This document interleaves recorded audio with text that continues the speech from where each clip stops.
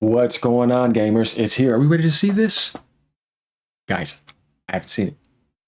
Digital Foundry's doing it. Xbox Series X F Digital Foundry review. PlayStation 5 comparisons, performance, and more. Y'all, are we ready for this Helldivers video? You know my Helldivers video has been big, and I appreciate all you guys supporting it for sure. Much love back to all of you. You know, and I'm definitely been enjoying the Klutzy videos too. Shout out to Klutzy. Let's go. Helldivers 2 is a highly acclaimed co-op experience, packing pulse-pounding gameplay against massive AI hordes. But until now, it's been a Sony-centric affair, launching on PS5 and PC early last year. The just-released Xbox port looks to change that though, and it's been handled by acclaimed PC porting powerhouse Nixie Software. Okay. Expectations are understandably high here, so let's take a look at the new releases, starting with Series X.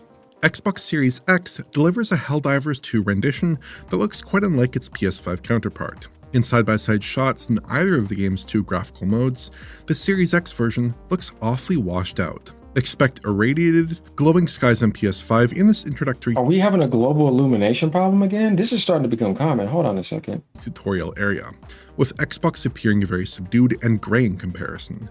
Opening up a Lumiscope in Final Cut provides some key data. Note how the PS5's highlights flirt with pure white, while Series X is held back at about 2/3 the brightness, with the exception of certain bright button icons, which are basically perfectly white. Even though blacks on both consoles are raised, the PS5's much greater luminance range gives the image more contrast and pop, and I think most players will prefer the PS5 output. For this comparison, I've set both consoles to SDR with limited range brightness, with in-game brightness set to the default value. I was able to replicate this issue on both of my Xbox consoles, and people in the DF supported program demonstrated that their consoles have a brightness issue as well. So I do think this is a widespread problem. Adjusting the in-game brightness slider doesn't resolve this issue, elevating. No, it wouldn't. Okay, so they're gonna have to patch this. I don't think this is permanent. So let me know what you guys think about that. Obviously, I mean, I have it on PlayStation 5. I wanted to get it on PC, but I'm not double dipping and have to start up my save again. So I downloaded it last night. Darker hues as well as lighter ones. The PC version of the game in my Add me testing if y'all want. doesn't appear to have this problem.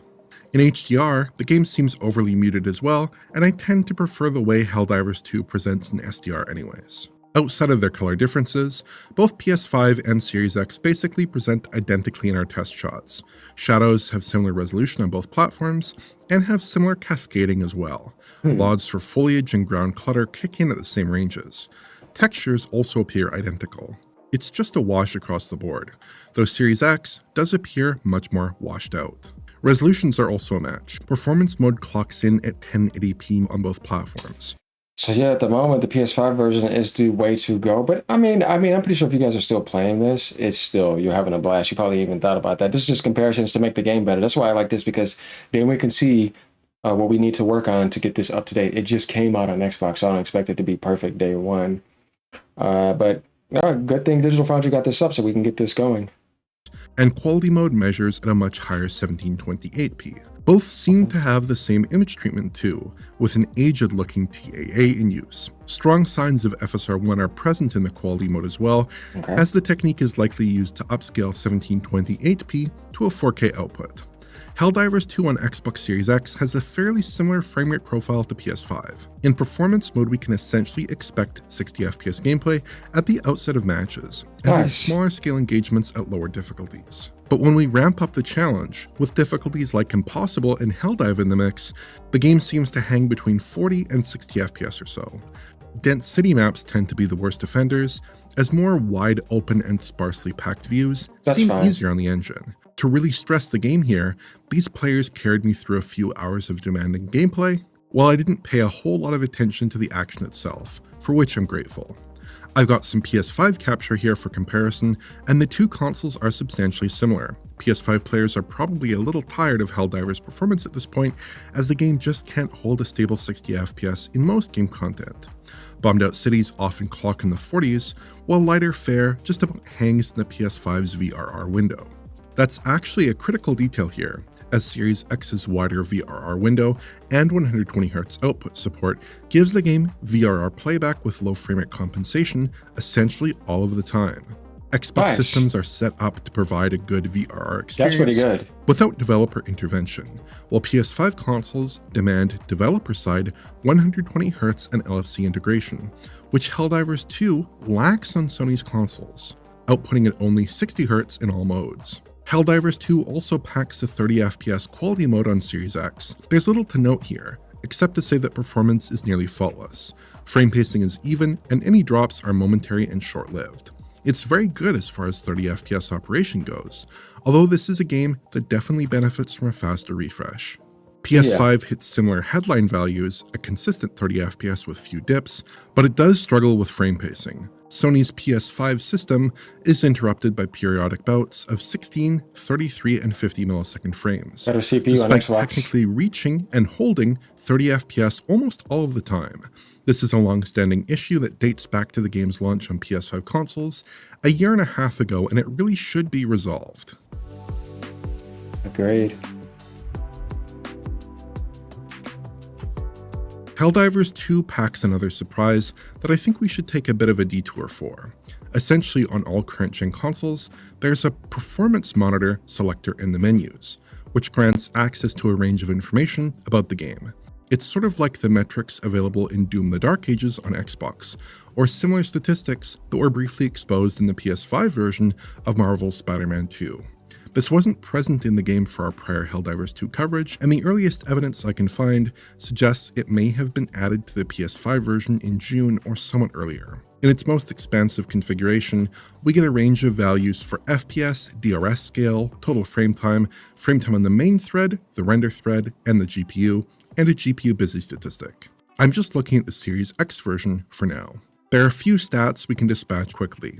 FPS is basically a slightly more granular, unaveraged version of what we provide with our own framerate tools. Okay, that makes sense now, seeing how they do this and sharing some of this now. I've never seen them share this much before. Now that we know what type of tools they use, this gives me a better idea of things compared to the stuff that mostly people use in other videos. Interesting stuff here. And it's even more interesting seeing the advantage that the Series X is getting with VRR, and then the advantage of lighting that PlayStation gets. So, I mean, both of them are definitely good. It just depends on, what you want. GPU render time, DRS, and GPU busy correlate with each other and tell a simple story. Yeah. Essentially on Series X, Helldivers 2 is locked to its target resolutions, with a DRS value of 1. So GPU time and GPU busy percentage depend largely on what's in the view frustum for any given frame. GPU busy values can reach very high percentages, and in performance mode, render time sometimes exceeds a 16.67 millisecond target for 60 FPS gameplay. Okay. But critically, those GPU render times are usually pretty much fine in performance mode. At worst, only modestly over budget for a 60 FPS target. That's true when the game is hitting 60 FPS, and it's also true when the game is falling into the low 40s. Unfortunately, that's because Helldivers 2 appears to be substantially CPU bound on the consoles, at least when targeting a 60 FPS update. That's why Xbox Both has the an main advantage. thread and render thread appear to be bottlenecking Helldivers 2 at different times.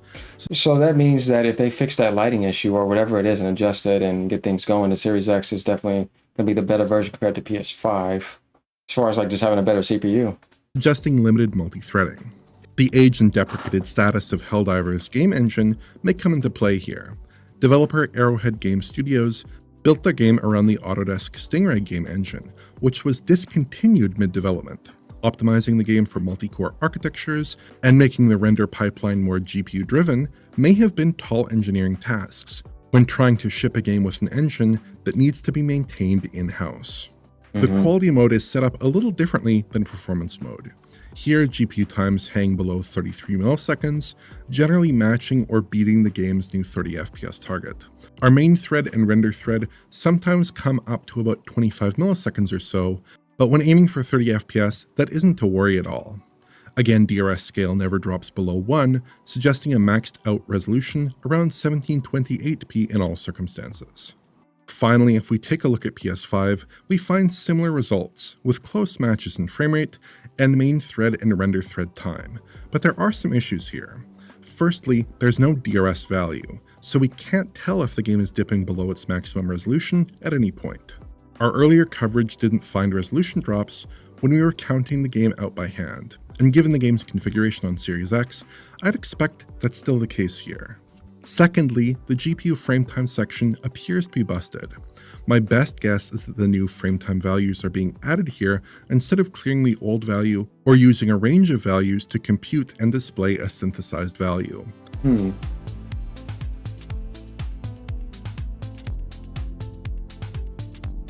Series S, rather predictably, gets a range of cuts relative to PS5 and Series X. Foliage is greatly simplified and doesn't animate. Grasses also appear much less dense, though they do still animate on Series S. Expect to see lower resolution shadows on Series S as well. That makes sense. The cascade lines appear in the same spots as Series X, but the resolutions in each shadow map are lower on the S. There's also some annoying shadow pop-in where rough approximations give way to more expect detailed this though, guys. scenarios. Plus, the fact that foliage it's still running shadows for fine is bushes and good. trees typically don't animate, and grass is usually unshadowed. We see some small asset differences too, as LODs for distant geometry update more conservatively as we move through the world.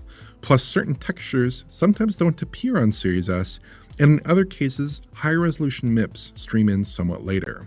I suspect the Series S has a much smaller texture pool than the other consoles, given its smaller RAM allotment, which is causing these delays. You still got that experience though. Pretty sure y'all enjoying the Finally, hell out of screen it. space reflections are cut entirely in the Series S performance mode. The game doesn't fall back on cube maps either, giving glossy surfaces a bit of a blank look. There are some indications that indirect diffuse lighting has also been simplified somewhat as well. Image quality is a bit curious. On Series S in performance mode, the resolution in my test shots counts at 1080p, which should be a match for Series X. But actual delivered image quality suffers in comparison, with a jittery appearance around a lot of edges. Plus, textures are blurrier, and in some cases have a slightly blocky look. I suspect Series S is using VRS here, because a lot of this behavior tracks with how VRS often works in other games. The blockiness gets Yeah, I think if they try to switch versions, it's going to have to be something like this too. more obvious if we turn off anti-aliasing, like with the detailing on this character's back. But that's not all. But in the with heat of combat, it'll be the interesting. Series S in performance mode uses DRS, Dynamic Resolution Scaling, with a minimum value of 0.67. That's the lowest value I managed to reach in intense gameplay, which corresponds to about a 720p internal resolution. That's still fine though for Series S. I mean, it's not that bad. Image quality is predictably not great here, and the game tends to look rather muddy during typical gameplay. In performance mode outings, I'd expect to see frame rates hovering around the 40 to 50 FPS mark in more demanding content, gaining 10 FPS or so in lighter missions and difficulties. Well, you still can get up to 40 it's basically past the that. That's same still as the good. other console platforms, which is no great surprise. So that means You the do Switch have to version probably wonder ought to if be 30 DRS frames might then. have been well suited do for the do other it. consoles though, maximizing image quality at any given time depending on the scene. In quality mode, we find a lot of similar compromises. Foliage density is better than performance mode, but still below the Series X quality mode. A slightly higher proportion of that foliage animates, though shadow maps are still generally static. Shadows, again, are better than the Series S performance mode, but lag behind Series X in its quality mode. Screen space reflections do make the cut this time, though they're grainier and look kind of undersampled compared to the X. VRS again makes an appearance on Series S, with some very clear VRS blocks visible when we turn off anti-aliasing. Resolution clocks in at 1440p, which falls somewhat short of the Series X in quality mode. But it's really the VRS that is defining image quality. I'd probably prefer image quality in the other console's performance modes here. But in the quality mode, don't expect to see any DRS. Quality shows a flat reading of 1 on the DRS indicator, which suggests a maxed out pixel count at all times. That's pretty odd, given that the Series S quality mode shows clear GPU-limited performance dips in busier moments. I managed to log a steady reading in the mid-20s here, and the game does appear to dip a fair amount in busy levels. It's mostly 30 FPS, but it does drop more often than I expected. The Series S quality mode also has an annoying tendency to crash. Specifically, any time I swapped the performance monitor setting during a match in quality mode, the game crashed to the dashboard in my testing. If at all possible, this should be resolved, or perhaps locked in circumstances where it would cause an issue. But overall, it's playable. So yeah, let me know what you guys think about the Series S. Has it been crashing on you? It's cool to see that this is still, a good port over. Now remember, It's still the beginning. There's a lot more optimizations that can be done over the years. But it's cool knowing that the Series X is going to have a nice performance advantage with VRR. The Xbox Series versions of Helldivers 2 are mostly fine. The Series X version corresponds closely to PS5, Series S is cut back but doesn't look offensive, and performance across all console platforms is basically matched. There's little that stands out here as a problem specific to Xbox, except of course the contrasting color issues on both Series consoles which need to be resolved soon, and some minor crashing woes on Series S. But Helldivers 2 itself could definitely use some extra engineering effort. The game doesn't support temporal upscalers on any platform, and a technique like FSR 3 seems like it would potentially improve anti-aliasing quality and image clarity. Improving the game's CPU-bound frame times is another key cross-platform priority, if at all possible. And the consoles have certain shared characteristics that could be improved as well. Implementing DRS across more console modes seems like potentially an easier win to maximize image quality while keeping frame times in check. The game may be well suited for a 40 FPS mode, given that it often seems to run in the 40 to 50 FPS no man's land in performance mode on the consoles. And 120Hz output with VRR works great on the Xbox machines. That's awesome. But could be added as an option for PlayStation users as well. Of course, all those tasks would require extra time, and it's not clear that original dev Arrowhead, or for the Xbox version, heavily burdened porting house Nixies, has time to tackle these issues, considering their other priorities. Yeah, that's pretty much it. I mean, let me know what you guys think about this. So overall, at least you're still going to get something in performance, go to the 40 to 45 frames, sometimes more, even on the S. They did a good job. There's more to work on, but how is that going to work knowing that they're working on a new IP? I don't know. We're going to find out. But I don't know. Let me know what you guys have been thinking about this. I look forward to seeing those million sales happen on Xbox. That's going to be cool. All right, y'all. Peace out. Keep fighting. Democracy in that world needs you.